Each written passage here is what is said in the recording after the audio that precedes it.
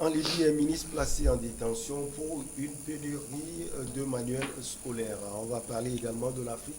Activité portuaire, Bolloré veut plier bagage nigérian. Le président Buhari s'oppose à une loi électorale qui prévoit l'organisation de primaires. Et on termine comme de coutume par le Togo Covid-19, premier cas du variant Omicron. Nos invités sont en place. Il s'agit de Jérôme Sossou, directeur de publication de Triangle des enjeux. Nous avons également Firmin Tekouagbo, chroniqueur politique et directeur du Centre de recherche et de géopolitique internationale, Firmin Tekouagbo. Nous avons également Sana Komlan Sadio Etou, analyste économique et socio-politique. Chers invités, merci de répondre à notre rendez-vous. Jérôme Sossou, bonjour, ça fait longtemps. Oui, très longtemps, bien sûr. Bon, c'est vous qui ne nous appelez plus. Ah oui. Et donc, bon, nous, on est toujours disponibles. C'est le métier, quand on nous appelle pour le faire.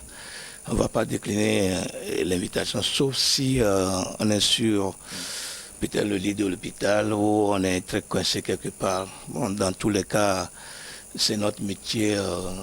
Nous sommes prêts pour apporter notre contribution à l'édification de la nation. C'est important parce qu'il faut laisser un pays, un bel avenir à nos progénitures. Et donc nous sommes appelés à le faire et nous le ferons toujours. Allez, bonjour également à vous. Sana, vous allez bien? Ça va, en forme et en force, comme d'habitude. Firmin Tekouagbo, bonjour. Bonjour, M. Takba. Merci de m'avoir invité. Allez, on va à Tripoli. En Libye, le ministre libyen de l'Éducation a été placé en détention lundi dans le cadre d'une enquête sur une pénurie générale de manuels scolaires dans le pays où le fonctionnement de nombreux services est perturbé par le chaos régnant. Moussa Al-Magarief a été placé en détention donc dans le cadre d'une enquête pour négligence dans l'exercice de ses fonctions, a fait savoir le procureur général. Ça. Oui, moi, le constat qu'il faut en tirer, ce n'est pas résumer cet état de choses à la personne du ministre mis en détention. Il faut remonter en 2011, après la chute de Kadhafi. Et là, on remarque que ce pays a du mal à se relever, tant sur le plan sécuritaire, économique, que maintenant, cela en vient à des manuels scolaires qui n'ont pas pu être édités. Moi, je pense que la situation aujourd'hui en Guinée est de la première responsabilité. En Libye.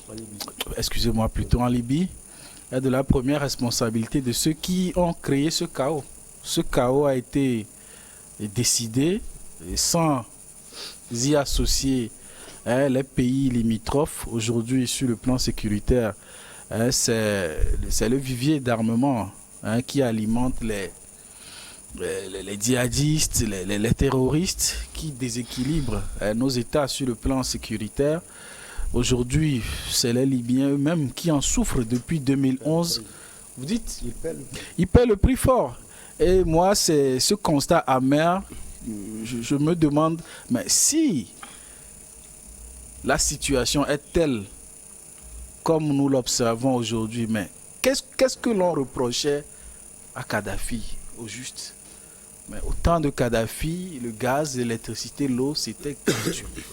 Beaucoup de subventions au logement, etc. Mais on ne comprend pas aujourd'hui quelle était la raison fondamentale, quelle était la situation négative pour laquelle on fait partir Kadhafi et quel est le plus aujourd'hui que son éjection, son décès et sa chute, la chute du système qu'il a mis en place, c'est-à-dire quelle est la plus-value aujourd'hui? Peut-être le refus de la contradiction, il n'y avait pas de vitalité politique, il faut le préciser. Et Kadhafi, on se souvient, avait aussi dit des choses qu'il allait faire couler des rivières de sang à Benghazi et autres. Je suis d'accord, ça ce sont les raisons. Maintenant, comparé de son vivant, ce qu'il représentait, la stabilité économique qu'il a su mettre en place, qu'il a su faire pérenniser, comment il arrivait à gérer le pays de concert avec ses chefs de tribu, à les maîtriser. Maintenant, il n'est pas là. on promet, je ne sais pas si on peut l'appeler un vent de démocratie ou pas, qui vient, mais on remarque tout ça. Mais on se pose la question de savoir, en tout cas moi c'est la question que je me pose. Kadhafi était-ce vraiment un dictateur? En tout cas, s'il était vraiment un dictateur, je préfère le Kadhafi dictateur car la situation catastrophique que vous qualifiez même de chaos. Je préfère le système de Kadhafi que ce qu'on observe aujourd'hui tout simplement. Alors, on a un plan B, Jérôme Sossou, les photocopies pour remplacer les manuels scolaires. Mais est-ce que, vu un pays, ce pays, la Libye, qui est plongé dans le chaos, vous comprenez la sortie du procureur de la République? Mais oui, je comprends bien la position du procureur. C'est-à-dire que le procureur voudrait qu'on remette les choses à leur place. Depuis 2011 jusqu'à ce jour, je crois que le temps a trop duré pour que les Libyens comprennent leur situation d'aujourd'hui. C'est vrai que le Kadhafi, bien même qu'on appelait dictateur, a bien choisi ses compatriotes. Malheureusement, je ne sais pas qui a décidé de le tuer. On l'a tué gratuitement. Et puis, c'est vrai, aujourd'hui, les conséquences sont assez lourdes. Maintenant, est-ce qu'il faut rester au décès de Kadhafi? Est-ce qu'il ne faut pas relever le pays? Maintenant, qu'on a trouvé nécessaire de placer des gens à des postes pour permettre à ce que le pays se relève de la mort ou de cette période de Kadhafi, il faudrait que les gens fassent bien leur travail.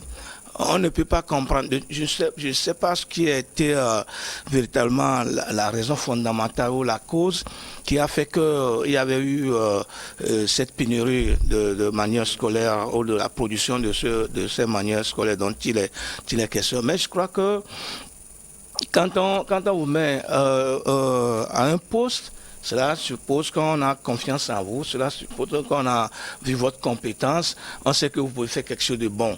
Maintenant, quand vous avez mis là-bas et que vous n'allez pas être un bon initiateur, vous n'allez pas quand même prévoir des choses et laisser. Je crois qu'avec cette pénurie, ça va avoir beaucoup de répercussions sur les élèves, c'est-à-dire la relève de demain. Et donc, moi je crois que le procureur n'a pas manqué de faire bien son boulot ailleurs.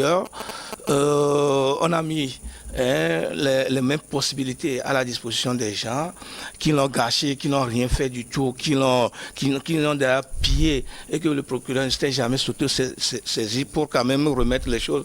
Donc, on a vu ça partout en Afrique, même dans notre pays, au Togo ici. Il y a beaucoup de choses qui se font malheureusement et qu'en réalité le procureur devait s'auto-saisir pour quand même mettre les choses à leur place, pour que le pays quand même sorte de cette léthargie que nous constatons régulièrement. Mais des gens sont là comme si, ils sont sur un territoire conquis et peuvent faire ce que bon leur semble. Et donc moi j'apprécie quand même cette volonté, si c'est une véritable volonté du procureur, de donner des exemples à celui qui pourrait peut-être remplacer demain ou après-demain ce ministre-là, de ne plus faire comme lui, ce serait une bonne chose. Mais bon, si éventuellement c'est un compte qu'on voudrait le rendre là, je ne serais pas quand même d'accord avec lui. Mais si c'est dans l'intérêt général et surtout de la relève de demain, ceux-là qui sont appelés à construire la Libye de demain, je suis parfaitement d'accord avec le procureur. Et donc, je crois qu'il est dans son rôle. Il le joue bien et il revient à chacun de jouer son rôle pour que le pays quand même bénéficie de la bonne gouvernance, de la bonne gestion pour l'intérêt de l'avenir. Fiameteko Agbo, outre le ministre de l'Enseignement, plusieurs autres responsables ont été entendus par les enquêteurs, dont le ministre du Plan. Même question à vous, est-ce que dans un pays où il y a le chaos, que pensez-vous de cette sortie du procureur de la République? Donc, je m'étonne un peu de la sortie du procureur. Parce que ce qui se passe, c'est l'expression du chaos. Le pays n'est pas dans une situation normale pour qu'on reproche un certain nombre de choses à ceux-là qui le dirigent, c'est-à-dire au ministre, au gouvernement. Parce que je peux dire que c'est une circonstance exceptionnelle. Il n'y a pas de règles de droit qui régissent le pays on est, je ne sais pas si on peut l'appeler transition, on est dans une circonstance exceptionnelle. Donc il faut des règles exceptionnelles. Ce n'est pas un pays normal où tout devrait être en place.